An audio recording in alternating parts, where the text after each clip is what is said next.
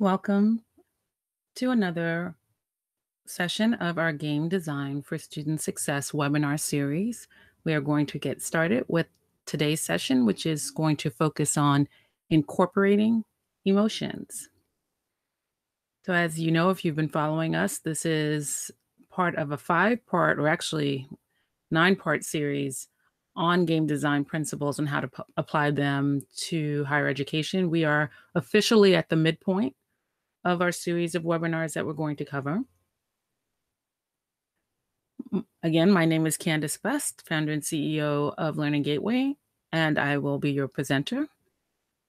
Quickly, our housekeeping issues. We are recording this webinar. It will be available at the broadcast URL link as well as on YouTube within minutes after we conclude this afternoon. We invite you to register if you are watching this at the invitation of a friend to officially register for the webinar so that you can receive notices for each remaining webinar as we prepare to go live with them, and as well so that you can have access to the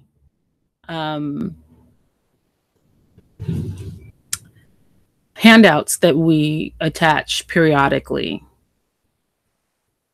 We encourage you to please post questions and comments below. Again, comments should be posted on our broadcast page, which is accessible through the URL for this webinar. This allows me to respond to your questions now during the webinar, and also asynchronously after.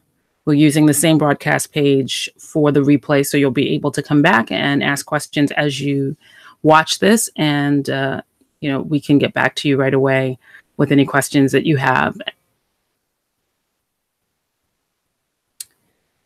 Finally, the live tweeting is encouraged via GDSS, hashtag GDSS, and we encourage you to use Brooklyn Bingo.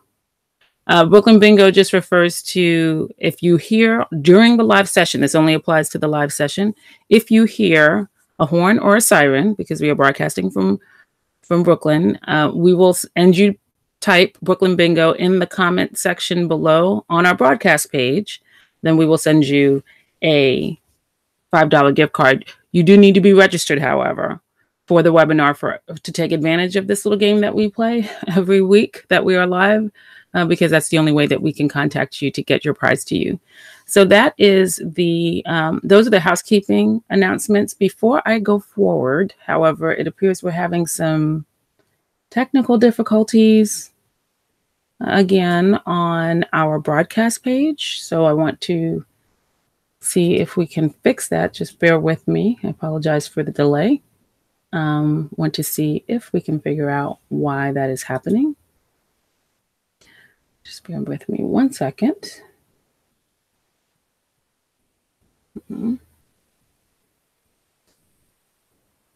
Let's see. So, not sure why there are sound issues, but the sound is working on YouTube. So I would encourage you to. We're going to just go forward because it can be heard on YouTube, so it should be able to work. I think we fixed part of the issue. Sorry about the delay. So let's get back to our broadcast. So we are going to get started. Let's jump right in to. Let's see. There we go. All right. So our learning objectives for today's webinar. We're going to do a recap since we are, again, at the halfway point. I think this is a good time to go back and recap the 6 simple machines, our metaphor for the 6 primary game design principles that brought us to this point, so that we can then associate them with game mechanics. I introduced game mechanics in last week's webinar on non-zero game design, and that handout for that webinar has not only the list of the game mechanics, but also a glossary defining them, but we didn't really talk about them in detail in the webinar itself. So we're going to do that in this week's webinar. But our focus obviously is on emotions. So we're going to zero in on the emotions that serve as themselves game mechanics. And we're also going to cover constraints. That is also a game design principle that we are not dedicating a separate webinar to because it marries so closely to emotions. They're so closely connected that it makes the most sense to talk about them together. So we'll do that. And then we will align game design principles and emotion game mechanics with our game design for student success progression arc model so that you can see how it all ties together. And we will continue the case study that I used last week, our Strive for 85 campaign that we're doing at College Core, as an illustration of exactly how this might work. So let's start with a recap. So we started the series together by walking through those core elements, the first two being loops and arcs. And I shared with you a game design canvas that you could use to start mapping out loops for your objective. So again, what you learned in our earlier webinar was that what you want to use, whatever you want to use game design principles to achieve, you want to map them out into discrete tasks that are loops. That's our smallest unit, game design principle. It's one circular activity that has these four components: triggers, engaging activity, feedback and progress, and a call to action or investment that you're asking the player to invest, and then it's by connecting them together as you start to move the player towards an objective that you have an arc. So it's a connected loops that create an arc. Loops are cyclical repetitions of activity. Arcs are unidirectional. And we break our activities or our goals into minor arcs so that we can ensure that our players, our students, feel a sense of progression and accomplishment en route to longer term, more complex goals. There are 6 different types of loops: effort, complexity, power, display, relationship, and engagement. But these are our core building blocks. And then we talked about the fact that progression completes that first part, that first level of game design, by giving us a sense of what the ultimate goal is of these loops and arcs that we're connecting. And we use Csikszentmihalyi's flow model to illustrate the challenges, the reason why we need to think about the progress that our learners or our players are making and the challenges that keep them from progressing.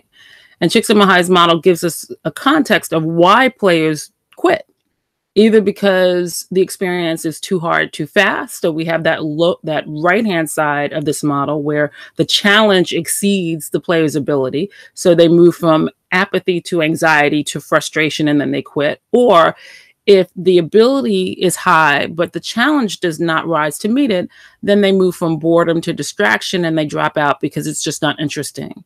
So we're in this constant tension, and the goal, our challenge, and opportunity in applying game design to education is we're trying to maintain a dynamic tension that raises the level of challenge in direct proximity to the development of skills so that our player, our student, moves from apathy to being aroused or interested, and a state of flow where they're continuing to find reasons to stay engaged in the game because it's continuing to challenge them at a level that makes them want to continue. That is the basic principle of how game design can be most useful to helping us achieve education objectives. And in higher ed, it really illustrates the basic challenge. We have lots of challenges. We have lots of difficulties that our students are going to be presented with in and out of the classroom. We don't always present them in a way that balances the challenge with their ability to meet it. It tends to be thrown at them haphazardly. So if we could distill the game design approach to education into one ultimate goal, it is to figure out how to organize and present those challenges in a way that maintains flow. So those basic mechanics, the first 3 principles that we talked about, the loops, arcs, and progression, is the sort of the fundamental strategy to doing that. But when you want to take it to the next level, and before I get to taking it to the next level, our game design for student success model is one framework for how to think about doing it. So each of these steps is a phase of those loops, right? It's laying out for you what you want to do, what you want to think about as you're organizing these loops, that you need to address discovery, first contact, onboarding, habit building, and mastery. This framework tells you how your loops need to be organized into a complete arc to maximize the likelihood that your student will continue with the challenge until they meet that next level that you have for them. So this is how that model fits within our flow diagram. But what we're talking about now is that next level of game design. So you have the basics at this. I believe I mentioned in the kickoff webinar, if you just stopped at loops, arcs, and progression, you would be, light years ahead of people who think that all they need to do to apply game principles to education is throw badges at people, just use mechanics. You're now beginning to understand the difference between game design and mechanics if you stop just at loops, arcs, and progressions. But we're taking it the next level because it's these remaining three that we're going to cover today and next week: emotions and constraints, and the next week narrative, that really take your game design approach to the next level. And we're going to spend the balance of this webinar explaining how and why. But before we do that, as I promised, let's take a closer look at game mechanics, because we didn't talk about that in detail last week in the last webinar that we did. So I'm presenting the mechanics in terms of organized by these 6 simple machines, our 6 primary game design principles. Which mechanics do we rely on for loops? What do we rely on for arcs? What do we rely on for progression? So some of these are self-explanatory, and I won't pause on them. So you can pretty much figure out what points and badges and achievements are. Virtual currency is just currency that's not, paper. It is often in games something that you earn through the game, has its own little name to it. So in College Code, we actually use virtual currency, and we call them coins with a Q to capitalize on the Q in our name. But you use them the way currency can be used. So it's something that allows, and you can actually, by the way, use points the same way. Points can serve the same function as virtual currency if players can exchange them for something of value, right? And so the value would be the virtual goods, which you'll see on the list under constraints. But I want to pause though on user-generated content. Why is that a loop? Well, it is something that you can ask a player to do. The reason why it shows up under the loop category is because it can be a form of investment, and it can also be a form of engaging activity. So it's just a reminder. It's just something that the players has to contribute, something of their own that they do. It's considered anything that it could be a post, it could be something that they're writing. So think about in our courses, we're always asking them to create something. If you think of it from the perspective of user-generated content, that is something they're producing that will be on display, that they have ownership in. You thinking of that in terms of a game mechanic allows you to take advantage of it in the course of constructing your loops and your arcs. So that's one example. So in arcs, so I'll just point out some of the terms that may not be obvious. So a collection would just be the ability to take achievements and put them together.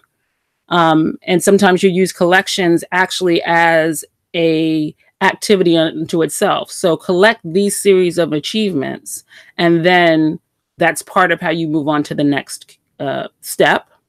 Showcasing is similar to collections, except that your motivation for doing it is display. So for instance, showcases might be part of a display loop, meaning that part of the activity is for the player to show off what they've accomplished. And that encourages the emotions of pride and achievement, which we'll talk a little bit more when we get to emotion. So it's similar activities, but their purpose is different. And that's why we have a different label for them.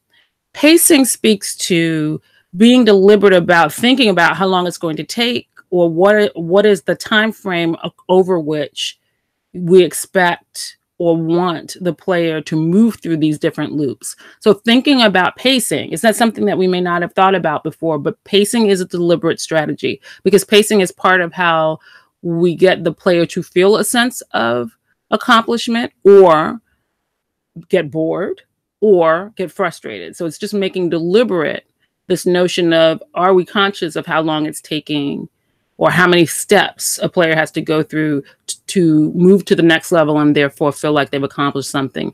Privileges are a great alternative to points. And it's a good reminder that is absolutely a mechanic that can be very useful in applying game design principles to education, because if you're thinking of ways to reward your students for some sort of accomplishment in your game design model, you may not always be able to give them things.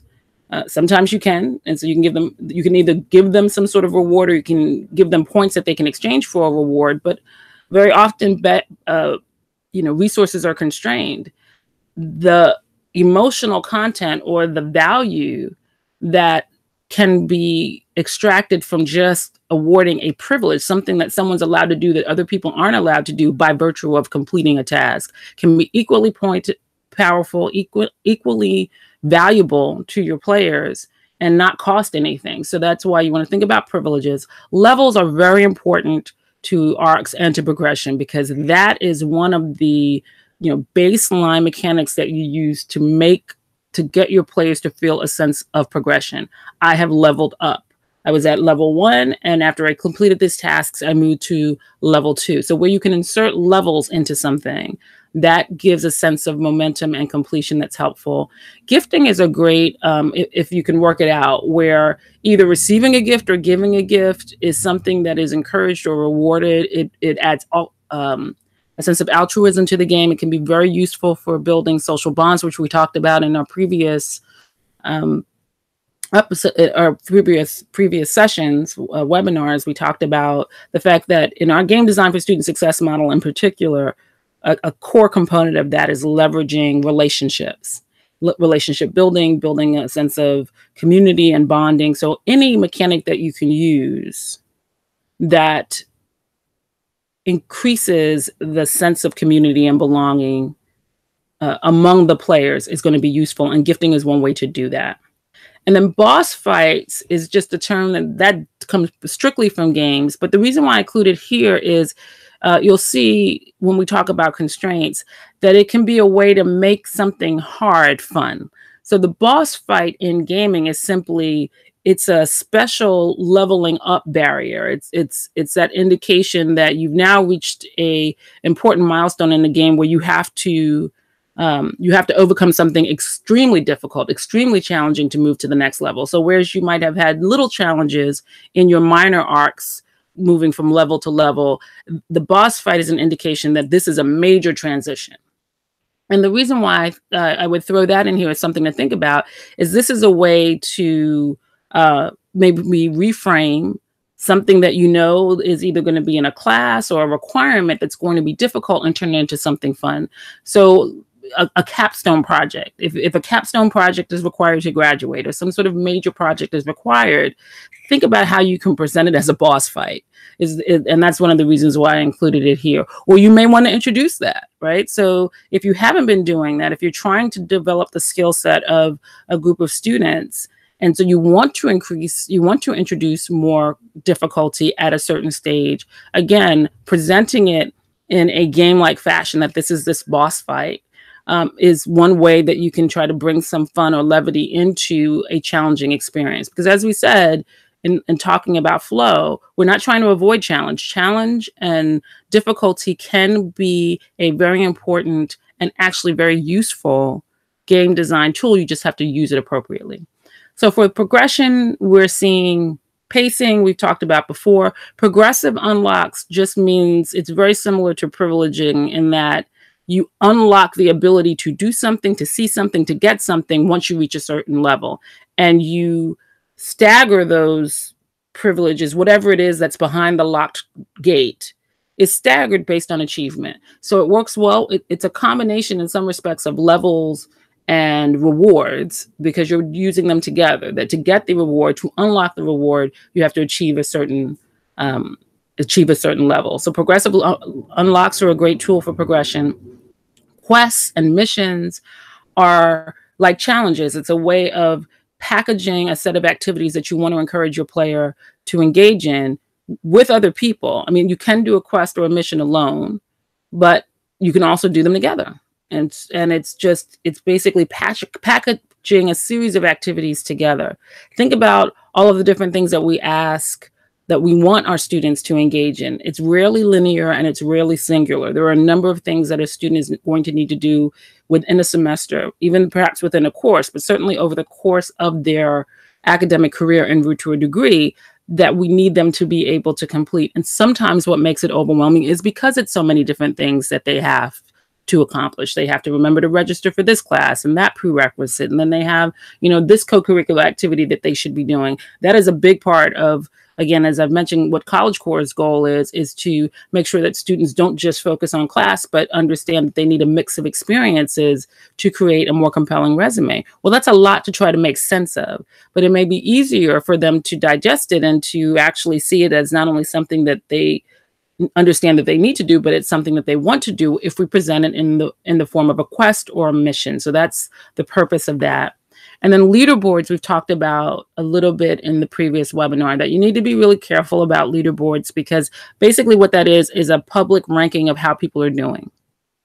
I just recorded a podcast with Rob Alvarez that I invite you to listen to if you're signed up on our mailing list, that you'll be alerted when our new podcast drops. But he talks about how they use leaderboards in some of the class gamification that they use, but because of the population that they're serving, their MBA students that are very competitive, leaderboards actually are motivating for them. You have to know your audience really well to know whether or not it's a good idea to use that. We don't have leaderboards incorporated into College Core.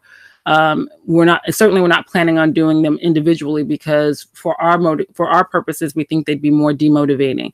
And so that's the risk of leaderboards. So you want to use them carefully if you're thinking about doing it. Again, if you know you have an audience that's very competitive, then leaderboards are actually a great tool. If you're not sure, you have a mix of the types of students you're working with, you may either want to avoid leaderboards or do leaderboards for groups rather than individuals. Have departments compete against each other, or form teams of students and have them compete, and then put the team's progress on a leaderboard. Those are great ways to take advantage of all the benefits of the competitive spirit without demotivating individuals who may feel like they can never keep up.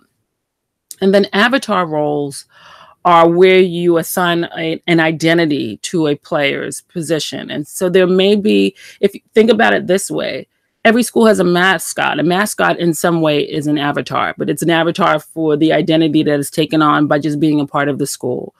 You might want to do avatars for, again, individual departments or individual teams, or an avatar for being in that dorm.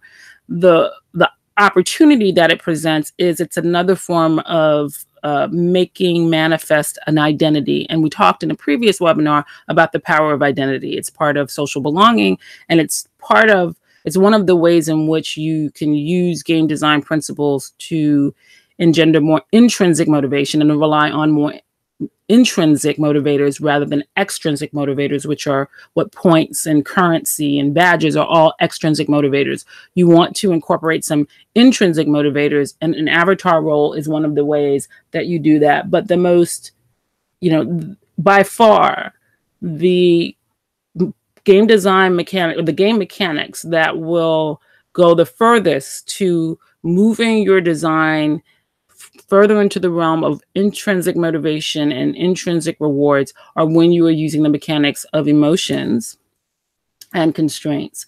So that's what we're going to talk about. I will save the discussion of the game mechanics under narrative for next week when we talk about narrative. But this week, we're going to talk about, we're going to move into our discussion of emotion. So first, why emotion? Why does emotion warrant its own topic, and why do we want to pay so much attention to it? Well, for one thing, emotions support all of these things. Research has shown us that incorporating emotion into an activity, being deliberate about thinking, about planning for it, it improves focus, memory, decision-making, performance, and learning. Isn't that amazing? All of these All of these characteristics, all of these elements are essential to our goals for higher education. So if we haven't been thinking about being deliberate in how emotion plays into our goals for our students, then we're missing an opportunity. And it's an opportunity that game designers do not miss. They're very deliberate about using it. And that is what we're going to learn how to do in this webinar. Constraints, however, are in some respects a companion to that. And it's the one thing I want to point out on this slide before we go any further is that this is the one area where you see there's only one emotion that you see show up on both the emotion list and the constraint list, and it's frustration. I think that's very important because that is an emotion that we know our students experience a lot. And if nothing else, the takeaway you can get from this slide before we go further is that what we're learning to do by applying game design is take that frustration and make it a deliberate tool that we can use to our students' benefit. That's one of the big takeaways and the exciting opportunities about our whole game design discussion. Now we're moving into learning strategies to take things that have heretofore we may have felt were out of our control or just something that was just an annoyance or an obstacle that we couldn't do anything about, that we had to just ignore or push through. And what game design offers us is an opportunity to say, okay, this is actually something we can use. And we're going to learn how to do that. So the dynamic tension that I mentioned earlier, the reason why it's so important to focus on emotions and constraints as a deliberate design principle is because it allows for all of these benefits to what we are designing or what we are trying to apply our game design abilities to improve. It improves intrinsic motivation. It is the source of meaning and purpose. It is how we get our players, our students, to deepen their investment in whatever it is we want them to do. We certainly want them to deepen their investment in school to stay in so they don't drop out, but we want to deepen their investment in their major. At a smaller unit of analysis, we want to deepen their investment in the course. We want them to actually invest in studying and learning this material, strengthen their commitment to want to not only just finish, but actually finish successfully and know the material. So at any level, whether you're thinking broadly about your students graduating and moving on to their careers, or you're thinking very specifically about just getting them through the semester so that when they complete the course, they've actually learned something. All of these things can be improved through applying emotions or being deliberate about using emotions and constraints in your game design approach. And finally, catalyzing progress simply means it can be that spark. Your emotions are that spark. They're either going to be the spark that ignites you to get you moving, or it's the spark that sets a fire that burns you up. And so our opportunities here are to actually be deliberate about making sure it's a useful tool.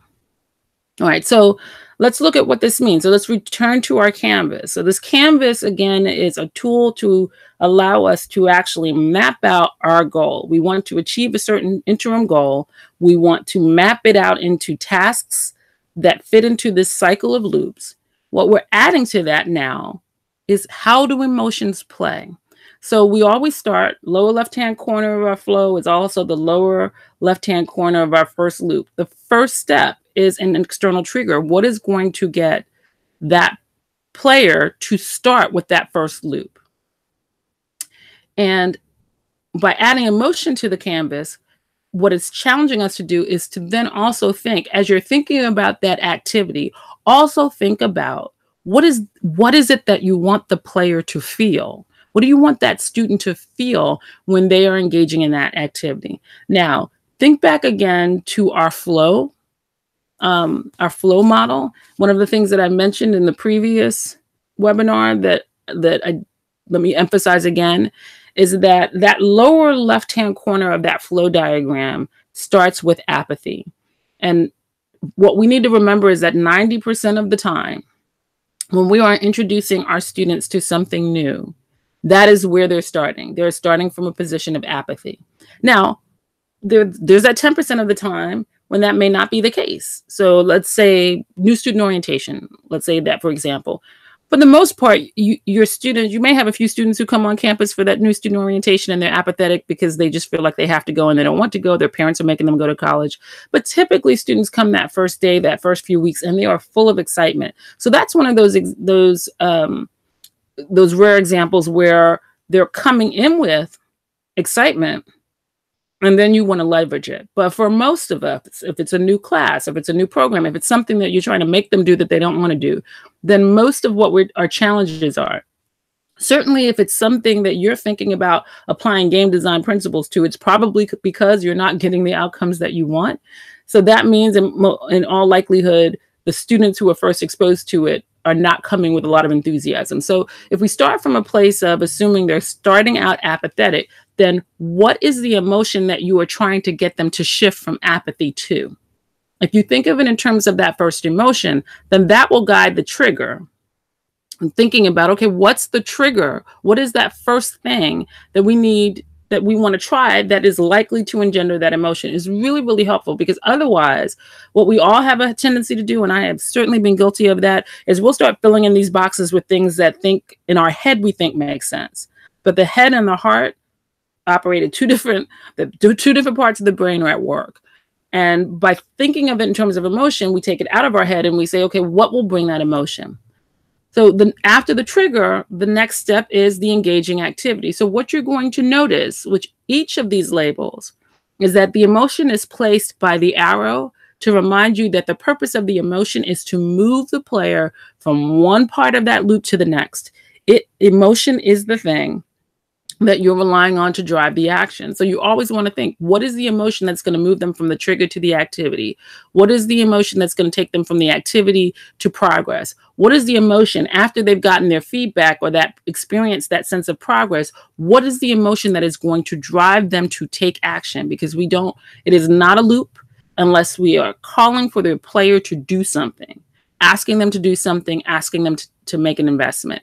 And then once we've made that investment, ultimately, we know our goal is we may have to rely on external triggers repeatedly. That is something external to the player that gets them to keep playing. But we want to eventually get ourselves to a point where the trigger is internal. Something within the player is driving them to engage in the activity. So think of the emotion. What kind of emotion would move that trigger to internal? And then it starts all over again. We talked in loops about the fact that when you're designing your arc, you may have some repeated loops. You may have them doing the same activity more than once, in which case you're having them repeat that circle a couple of times. But eventually, if you're going to have them engage in a different activity, they're moving from one loop to the next. So what is the emotion that's going to help with that transition? And it's the same thing for every loop. So in that original canvas, we just talked about the activity. When I promised you that talking about emotion and constraints was taking our design to the next level, this is what I mean. Now, if you've tried that activity, and I hope you have, if you've been following us, if you've tried mapping out what might this idea I have look like if I break it out into tasks, into loops. If you filled that out, now go back at this activity or this arc that you've tried to map out, and then look at it in terms of the emotion.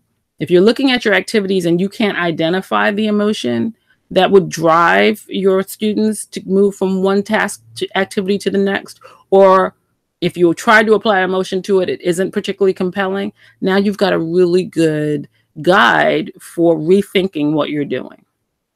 All right. So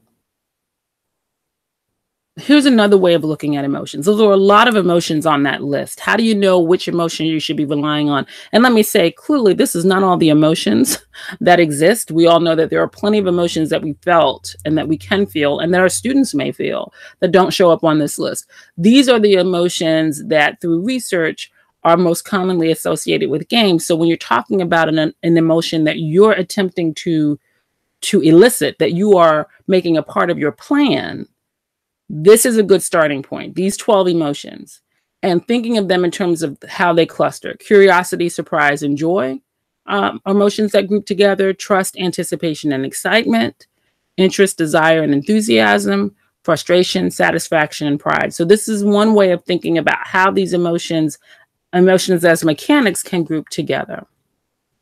So this all sounds like theory. Let's go back to the case study that I shared last week and see what would this actually look like. So in our last, when I talked about this last week, just by way of recap, if you didn't get a chance to watch that webinar, College Core is a professional network that helps students develop career-ready skills through peer service. And we're launching this summer, we're launching in the fall on campuses nationwide. But what we want to do during this summer is recruit a core group of students that we're going to train to be our launch team organizers on campuses all across the country. So it's very important to get this started, that we get the right group of students in. And so we have to think about, well, how are we going to get them started? So the goal is the same that we used as an example last week: introduce College Core to college students.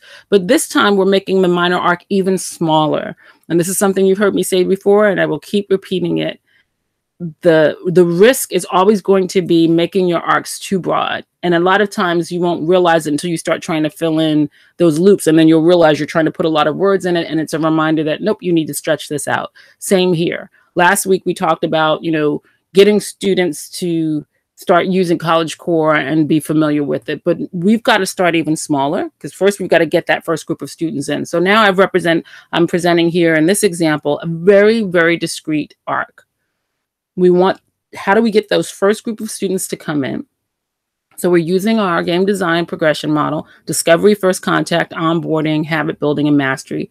Discovery, our first task is, how are they going to even learn about this opportunity? How are we going to get this opportunity in front of students? Then first contact is, we want to use first contact to leverage getting them to actually apply to be an organizer. And then from there to complete the training. We've separated part 1 and part 2 into onboarding and habit building, because the part 1 training is on demand, it's online, so they can complete it at their leisure. Part 2 is synchronous, where there's going to be live interaction. The idea is that is the kind of reinforcement that lends itself to habit building. And then ultimately, mastery is they complete the training and now they're ready to actually go out and implement what they learned how to do on their campuses, bring it back to their campuses. So this is the high level mapping of what we're trying to do. What does this look like, though, in our Canvas with Emotions? Well, how are we first? So you'll see the tasks. Our arc is to recruit campaign organizers. First task is to get them to watch the video. We created some videos, which I want to show you in a second, as a part of a recruitment strategy. And we're actually going to send them out as social media ads and try to reach college students through social media this summer with these ads. So when we're creating the ad, when we were thinking about, okay, we're literally trying to reach students that don't know anything about us. Remember that apathy. They don't know what it is we're going to be asking them to do, or how to do it, or why they should even bother.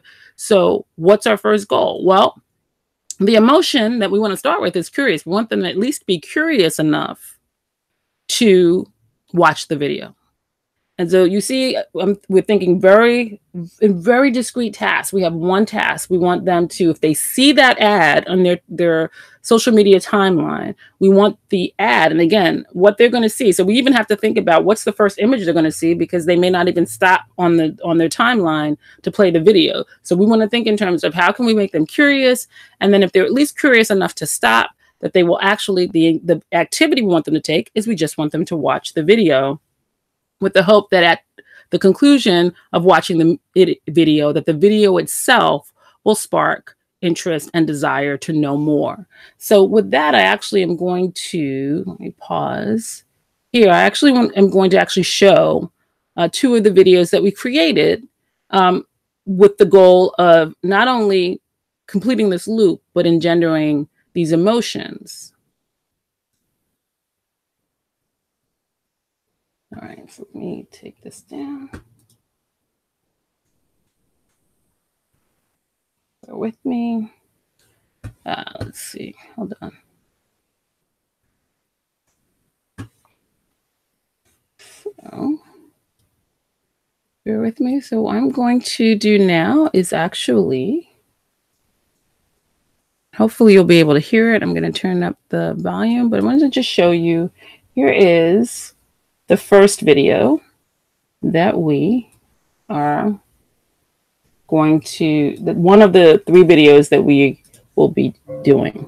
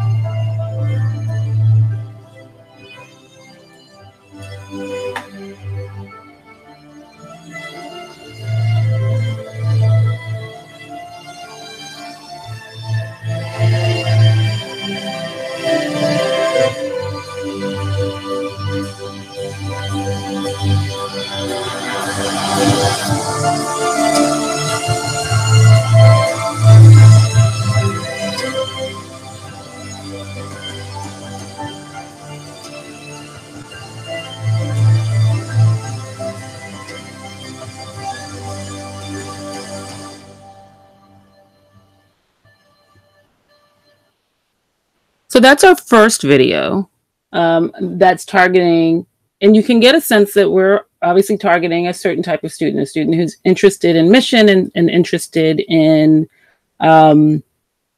making a difference, that would be moved by taking action. And so we had the audience in mind as well. This is a second video that's targeting also a very specific audience and a very specific issue that we had in mind based on our experience and who we want to target. You'll probably be able to figure it out when you watch the video, but let me show you this video as well.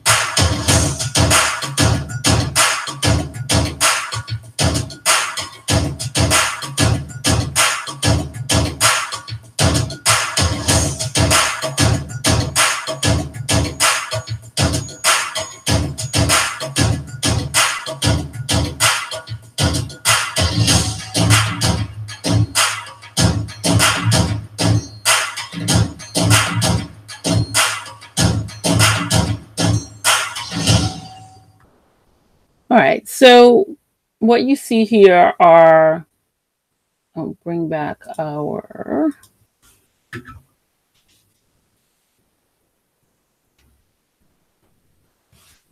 so as you can see, what we're trying to do is clearly trying to create interest and desire using those two videos. We'll see whether we're successful once we launch it. But if we're successful, we know that our target is to get them to watch the video to the end. And then at the end of the video, that hopefully it will have sparked enough enthusiasm or at least curiosity. I don't have that here, but it may also be curiosity that they will take the action. As I said before, we want to make sure that in every box, it's one and one thing only that we're asking them to do. So in this instance, we give them one call to action, click the link.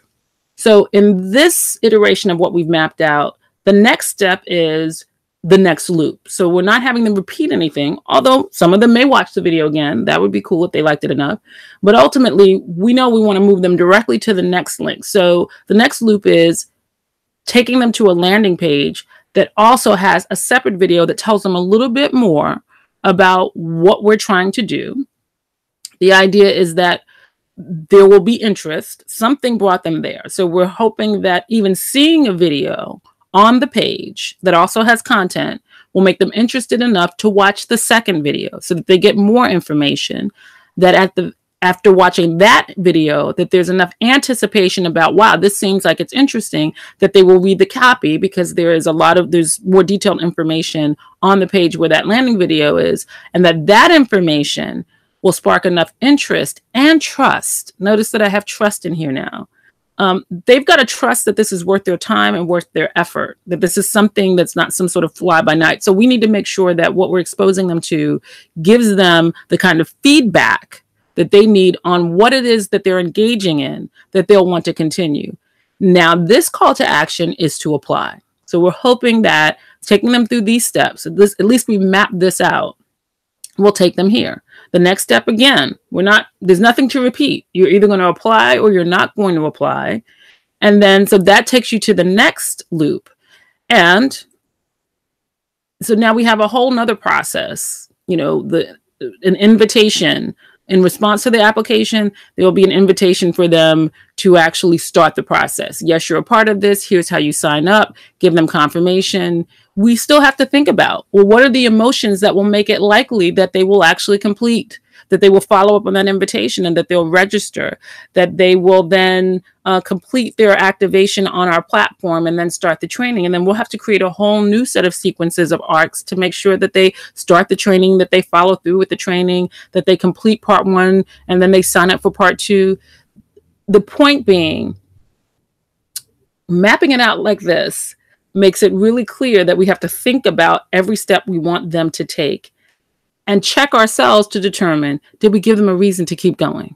This is the difference between what we all tend to do, again, being in our heads, thinking, okay, we have this big goal that we want, and then it doesn't yield the results that we think, and we're not really sure why. What this kind of strategy does, and this is what, I think is so valuable about game design. In some respects, it's not even game design at this point. It's just another way of looking at planning.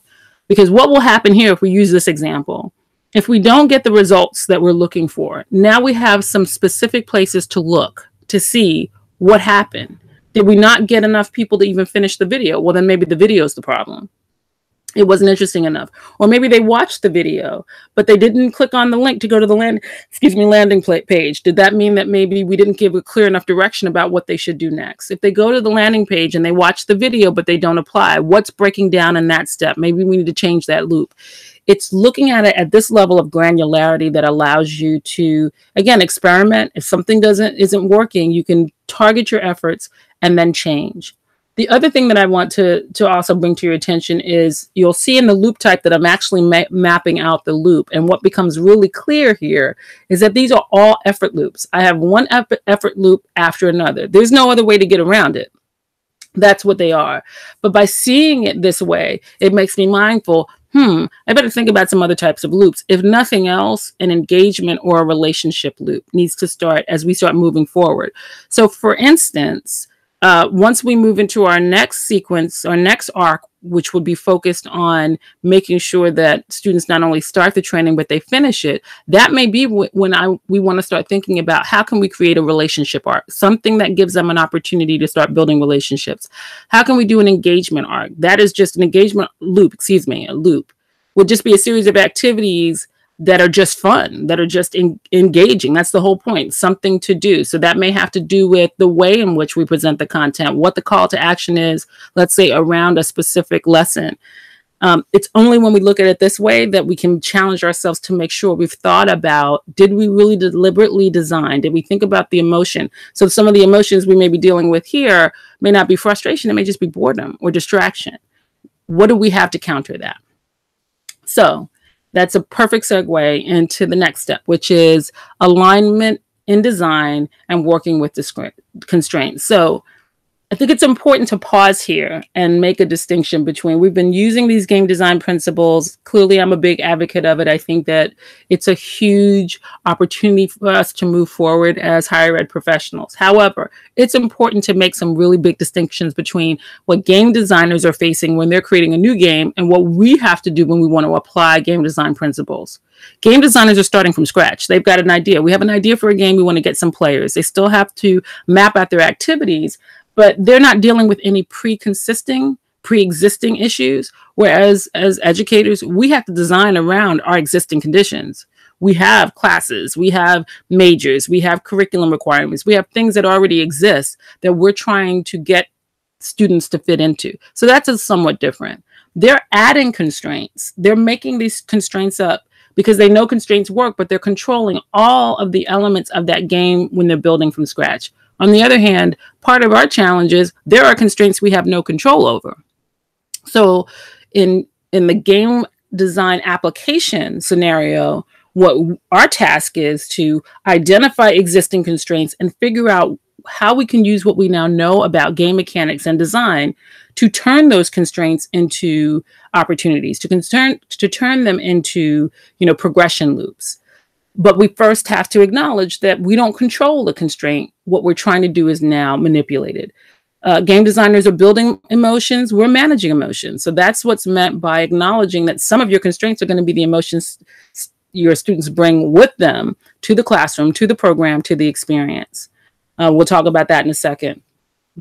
Designers are thinking in terms of controlling pacing. Some of the pacing experience of our students is out of our control, we may need to think about how we adjust it. They design reward schedules. We have to adapt them. Here, I'm talking specifically about the reward schedule of grades. Talked a little bit about it last week. It's not a explicit topic on our game design series, but it is the elephant in the room we have to address. We know that grades are not great motivators, and yet most of us are in environments where we don't have a choice. We have to issue grades. It's required by the program. So how do we work within that constraint to capitalize on what we know works in a game design model and to minimize the disincentive that graded environments often create? And with game designers have unlimited options. Again, they're making it up as they go. They can make up whatever environment they want. We're bound by the options that are available to us. But even with those distinctions, there are still a world of opportunity available to us. So I mentioned emotions as constraints. I wanted to just share this. There are clearly emotions beyond mechanics. As I said before, that list of emotions was very brief, and obviously we know there are a lot more. This is what I call a learning temperature wheel that I use in other settings to get students to think about all of the emotions that they may be experiencing that are either helping or hindering learning. And presenting them in the wheel this way does a couple of things. One, it shows that we have a lot more emotions that we may go through over the course of our day and our lives that are contrary to learning than emotions that help learning. So the goal for our students is to move them up into what I call the learning zone. And it's a goal for us as educators to think about that. But now that we have game design principles in our toolkit, and we know that emotions are actually something that we can use as a mechanic, we can think about all of those other emotions as either constraints that we have to overcome or something that we can use. So in other words, we know that emotions can block progression, but emotions can also overcome those blocks. And so what I would encourage, the one emotion that is potentially a hindrance that we do acknowledge in this model is frustration. So the advice that I give in this model is treat all of those emotions, no matter what they are: hopelessness, anger, panic, boredom, all of those different emotions that we know that we're probably encountering amongst our students. Look at them all as just another source of frustration. They're all a form of frustration that is a constraint that has to be managed. That we have to figure out what is causing the frustration. Are they bored? If we think about our flow diagram, are they bored because we haven't given them enough to do? Are they terrified or panicked because it's too hard or they're too confused? Whatever it is, we know that if we go back to our progression arc, if we go back to our discovery and first contact and onboarding, we have a strategy now for how we can reevaluate what's causing that frustration and represent what we're asking them to do in a way that maximizes flow. That is how you turn emotion from a constraint into an opportunity. So here is a diagram to just show those clusters I talked about before and how they actually might be used or deliberately designed into your progression arc.